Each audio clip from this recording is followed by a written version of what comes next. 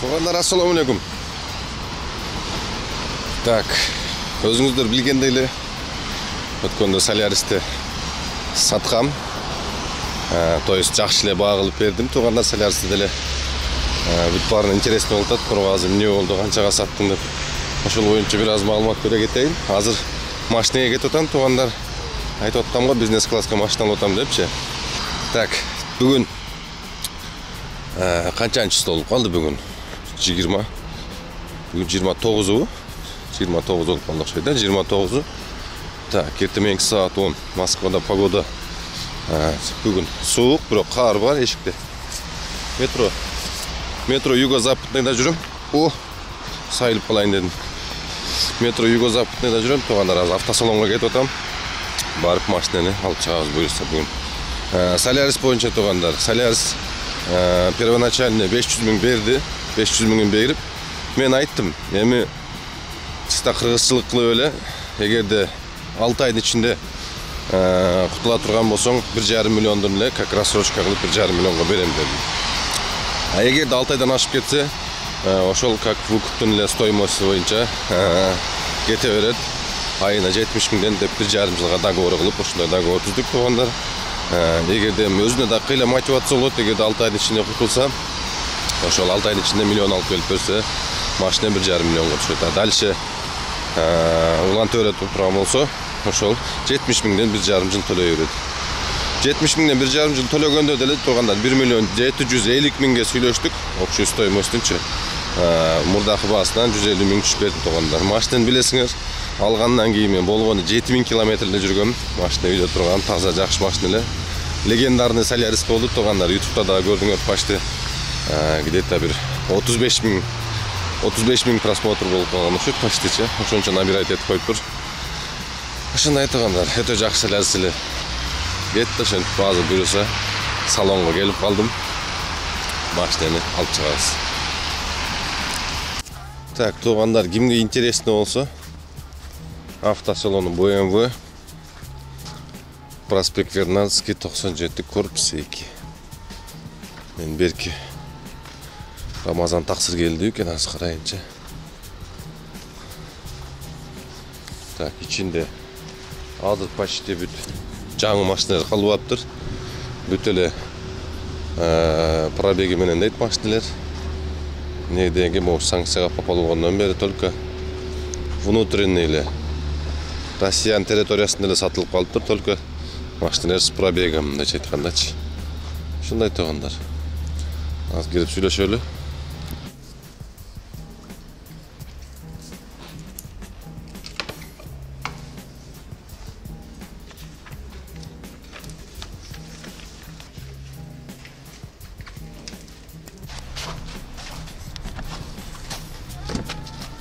Все, на связи.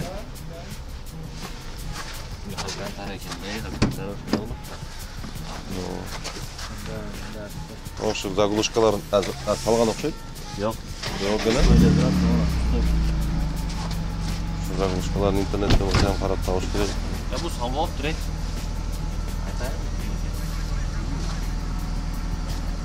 Салам деди беле же жок деди беле? Так, туугандар, мынакей BMW салонго келдик. BMW салонго келип, бирок мен запчыйып кеттабыз. Так. 4 ВД 220 дизель 2019, 52 000 пробеги менен туугандар Mercedes алдым. Общий стоимость где-то 5,5 миллионго түштү. Бирок состояниясы өтө жакшы. Историясында бир ДТП'си бар. Арканкы бир крылосы менен бир эшиги покрас. И анан капоту. Так, içinde состояниялары бүт жана детский болгон экен. Балдарын ташыган экен, детский кресло менен ичин бир сыра химчис калачы керек экен машинаны. Так, мотордун состояниясы.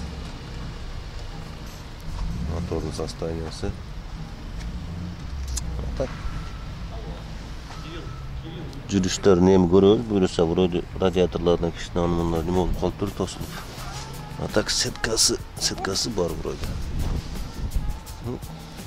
Нормально. Назорлору астына деле обвестери, AMG 19 диска. Тормоза. Тоже спортивный тормоза, короче. Ушундай немелер менен. Ушундай тугандар. Азыр единственный минусу лобовойунда трещинасы бар экен. Таксиге өтпөйт. Лобовойунда трещинасы болчу. Барып азыр гаиге барабыз. Гаиден оформить этип машинаны даярдап, лобовойду алмаштырабыз. Где-то 10 000 экен. Лобовойч. Где-то 10 000 турат экен, аны алмаштырып, буюрса Яндекске барып осмотрдан өтүп, немеден осмотрдан өтүп, буюрса эртең 30-31 күнү ишти кылабыз. Азыр барып лобовойду алмаштырабыз. Полный көрсөтөм, азыр лобовойунда кантип алмаштырды, каерге барып алмаштырабыз. Так что дальше будет только интереснее дейт го.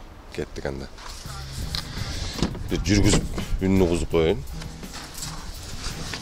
Дизель 4 выды бирок тугандар.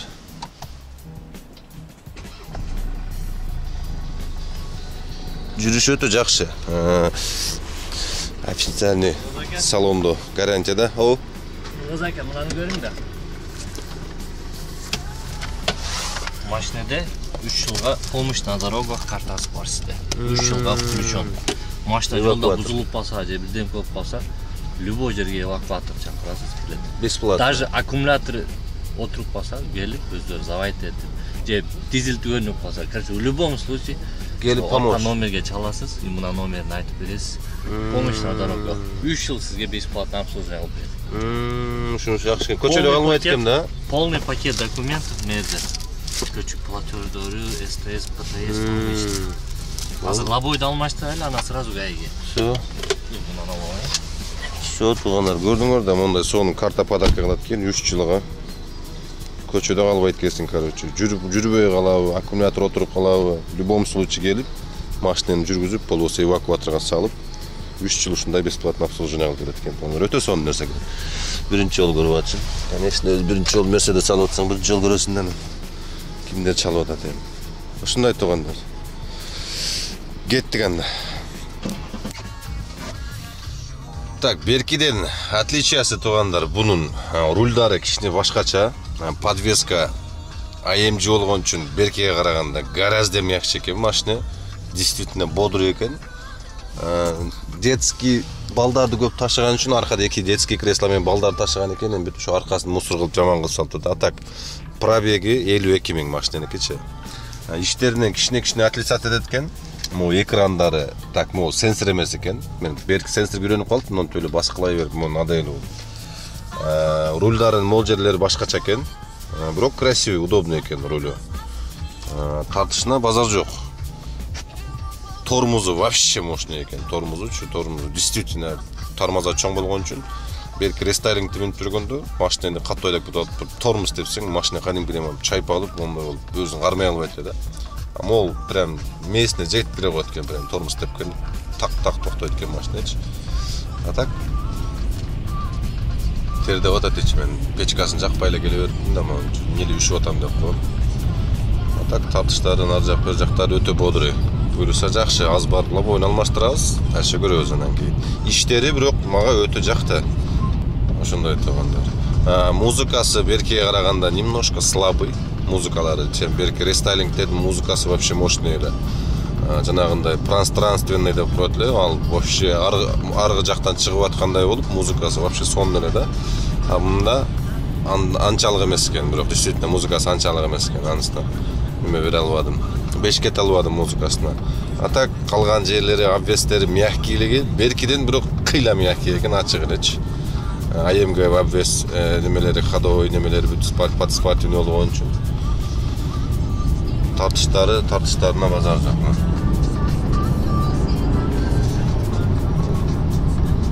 Ой, майда албай атып штраф албайын эми. Тартыштарына базар жок. Чоткий бодренький экен.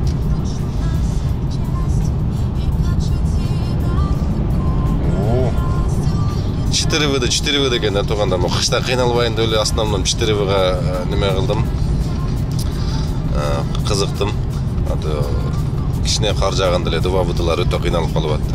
Расходун көрөбүз эми. Берки рестайлинг где-то 7,5 ылдый түшпөйт эле. Азыр мына астында кетип аткан Рамазандын таксырдын машинасы 5,5 чейин түшөт. Ramazan таксыдыкы 5,5 литрге чейин түшөт да BMW. Мына канчага чейин түшөт, эми көрөбүз. Пока что 15 литрди көрсөтөт. Бул муздагында азыр ушундай көрсөтөт. Кичине ысыгандан кийин көрөбүз. Ramazan таксыдын BMW-ны предлагать эткенде, ашуну алам деп жүрдүм эле, кийин атама берип койду, Нургазы. Сага башка эле бир неме алып берейин, мерс алып берейин деп ошентип калган. Анан кийин ушу мерске токтолгонбуз. А так 3 миллион 800га общий стоимость 3 миллион 800 болгон. Бул БХ-дагы арзан түшкөн эле. Состояниясы өтө жакшы 2019, 120 канча миң пробеги менен эле булчу. Так, Ramazan таксыдын дагы сервисине келип калдык туугандар. Сервисти билесиңер да, өткөндө жанагы Kia Rio X-тарды чыгарганбыз го, бир 53-түктөй. Балдар алып кеткен, келип өт кыргыз балдарам ыраазы болуп, Нургазы рахмат, сен Шултоң менен машинери болуп калдык депчи. Өтө жакшы шанстарды кылып берди туугандар. Без первоначальный болсо дагы какой-то 2-3 айга неме кылып, бөлүп, ушунчалык балдарга жакшы поддержка көрсөттү, 50 машинеден чыгарып туугандар. Ошондой, билесиңер да сервисинде бүт баардык иштерди кылат. Азыр жакында момунда кузовный ремонтка дагы гараж ачылып атат туугандар. Таксыдын номерин экранга жазып коем. Ошол номерлерге байланышып, бул жерде сервисинде бүт иштерди кылышат туугандар. Портер дейсиңер, дизельный мотор, ходовой часть, обклейка, ошого окшогондун бүт баарын кылат туугандар. Еще өзүнүн паркы бар, еще машинелерди аренда кылат. Ушул жерде офиси. Мына нере келгенде эле, Киевский шоссенин жегинен кирип келгенде автозапчастын Т15, Т16 ушулардын сервиси туугандар. Ушул жака келе бересиңер. Азыр лабойду алмаштырып жерде место таап неме кылалы дагы. Анан кийин Т15, Т16 Ramazan таксыдын сервиси. Таксопаркы да ушул жерде. Kia X-тер дагы эле турат. Булар жанагы лицензиясы жаңы жылга даяр болбой калгандардан окшойт. А так машинелери түгөгөн. Буюрса жаңы жылдан кийин дагы 15-20 машина алып чыгам деп атат. Эгерде чыгып эле калса кабар берем туугандар, сөзсүз.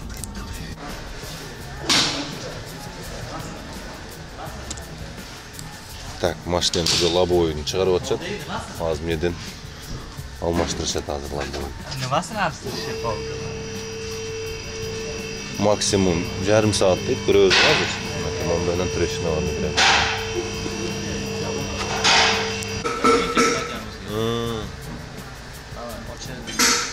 Там автосотинг, sizga qilamiz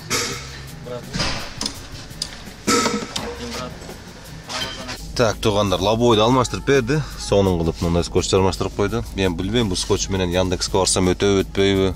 Если что сырып кайра. Хоп, усталар. Аха. Так, болсо сыйрып кайра жармаштырып койсоңуз жакшы дейт лучше. Ошо. Бирер күн турсун дейт. Ушундай туугандар, кеттик эми гайга барып оформип кетирип келели машинени. Мон карап тургула азыр.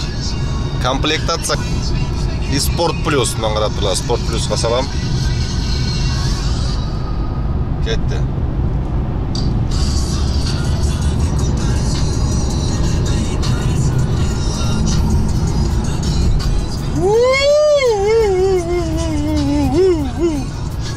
Тормозу эркекче экен бирокчу. Денеге жармаштыра коет газ тепсең. 100, 120, 140 да, эч нерсе вообще мындай. Именно могу Sport Plus комплектация AMG.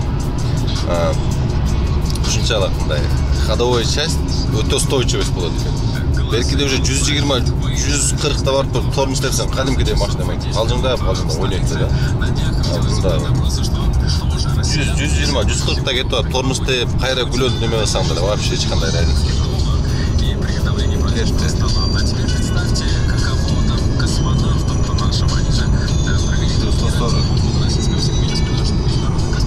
Вообще бомба. Ну, ситуация нравится. Ё-моё! Ач! Ач класс төвлеп кетем, ёлки-палки. Базар жок тормозуна. Погода мощный болтат, андай эле суук эмес, эшикте 1,5 градус, бактарактар ондай аппак болуп калыптыр. Кечки саат 4, азыр ошо немеге жетишип калайын деп, гайга жетишип калайын деп кетип атам.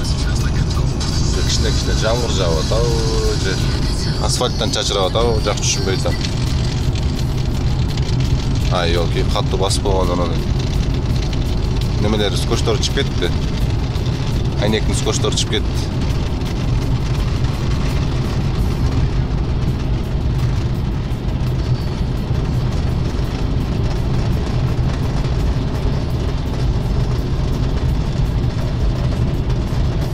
Елки скотчтору чыгып кетти, эми лобой ыргып кетпесе да эми жаңы кой турган.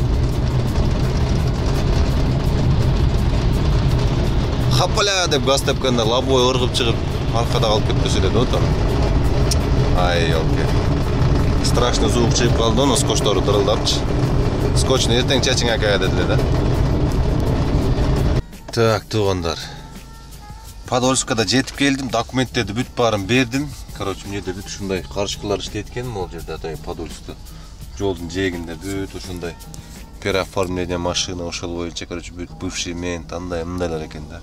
Билбейм, короче, лобойдун скотчу чип кетти. Жолда келатыпчы. Эми ол скотч кыйратып деле кармабайт экен эле, билбейм, тынч эле болсун деп атам. Ман скотчту каяктан тапмак элем, эптеп нары бери бүтүрүп. Короче, отличие от рестайлинга, мындай комфортный жагынан комфортный экен. Рестайлинг өтө грубый машина экен, действительно, мордалары мынаяка чейин чыгып, момун көтөрүлүп турган үчүнчү. Бордюр сардюрлар келгенде кичине дискаларын анча расчет ала албайсың. Мунун кичине тумшу кылдыраак болгон үчүн. Билбейм, сиденьялары да удобный эле, өзүнчө башкача болуп атам же. Билбейм, короче, рульдарына кичине күнөө албай атам. Беркиники башкачараак эле. Действительно, жеринде сааты бар экен, мондай сонун ичине чаң толуп калыптыр бирок. Апарып жакшылап химчистка кылдырам мен мунучу. Бүт жаш баласы бар бирөө минген экен да. Аркасын бүт шалтактатып, тебелеп, бар жогуна каша-машалар дагызып көрүп ушундай кылыптыр. Подсветкалар ошондой эле. Подсветкалары бүт ошо 36 34 ушундай свет жанат, ошо разноцветный, утур алмашып каалагандай подсветка коюп алса болот. Пробегин айттым, 52 000 пробеги менен туугандар. 2 объем, турбо, комплектация Sport Plus. Просто пушка. Реально эле тепсең 100га чейин жөн эле ошол 6-7 секундта чыккыдай да, жөн элечи. Прям мойнуңа могу эмеге жармаштыра коет го. А так неріндегі моусу нерінде 3 эле темасы бар экен. Беркиде 5 эле рестайлингде. Дагы эмнеси анда эмнеси бар эле. Башка отличие эле ушу кузовтан эле болбосо, калганы бүт баары бирдей экен туугандар. Сиденьясы бирдей, могул жеринде мышкасы башкачараак. Бунусу кандай иштейт билбейм, чото түшүнгөнүм жок. Беркиники могул жери кичине башкачараак эле. Ушундай эмес. Яндекске жетишип калсам деп атам, азыр нары бери бүтүрүп берсе, Яндекске барсам, машинаны осмотрга көрсөтүп, анан үйгө кайтыш керек. Так, туугандар, оформление бүттү. Бүт осмотрдан өтүп, оформленияны кылып, кайттым азыр Подольскадан МКТ келип калдым. Азыр кайрадан могу документтердин керегин алып барып берип, паспорт анымдарын. Яндекске жетишсем жетиштим, жетишпесем эртең барам эми. Так, ушундай туугандар. Вроде нормальный номер чыкты окшойт. 741 нерсе, короче, номердагы. Мындак эсимде калган жок. Алып чыгып берди, сразу катырдым. Сразу келе бердим Яндекске жетишип калайын депчи. Кечки саат 7 болуп атат. Канчага чейин иштейт ал жер, точносын билбейт экенмин. Так, кече күнү жетишпей калдым туугандар. Муну Яндекске немеге көрсөтөбүз деп. Бүгүн 30 болуп калды. Эгерде короткий дем болуп эле бүгүн жетишип калсак, буюрса 2 күн иш кылабыз. Так, азыр мойкага алып барайын да жакшылап жудуртайын. Арканкы детский креслосунун жана заглушка, детский кресло орноткон заглушкалар жок экен да, ошонусу жок. Өтөбү өтпөйбү. Азыр барып көрөбүз. Сиденьялар өлүп калыптыр жөн эле. Немелери, ковриктери. Азыр барып мойкага алып кетейин. Эшикте кар.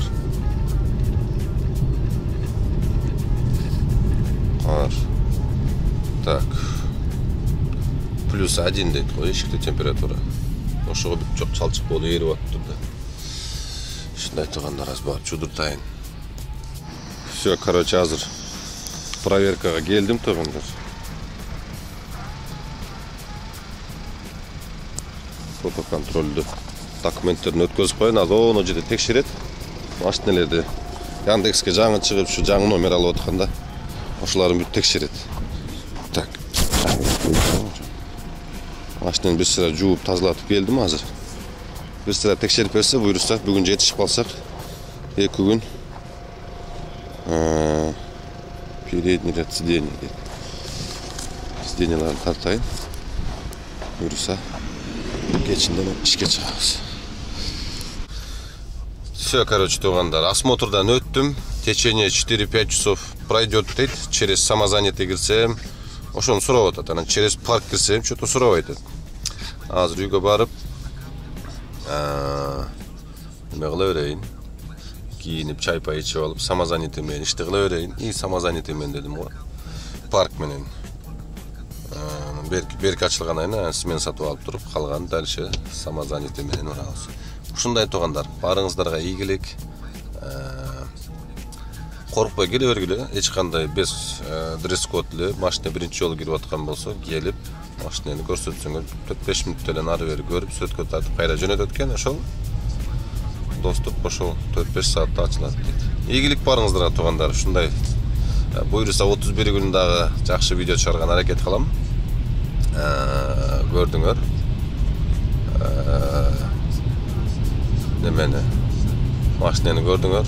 Буйруса жакшы. Буйруса дагы көптөгөн сонун кызыктуу видеолор болот астта тугандар. Эмки видеода көрүшкөнчө.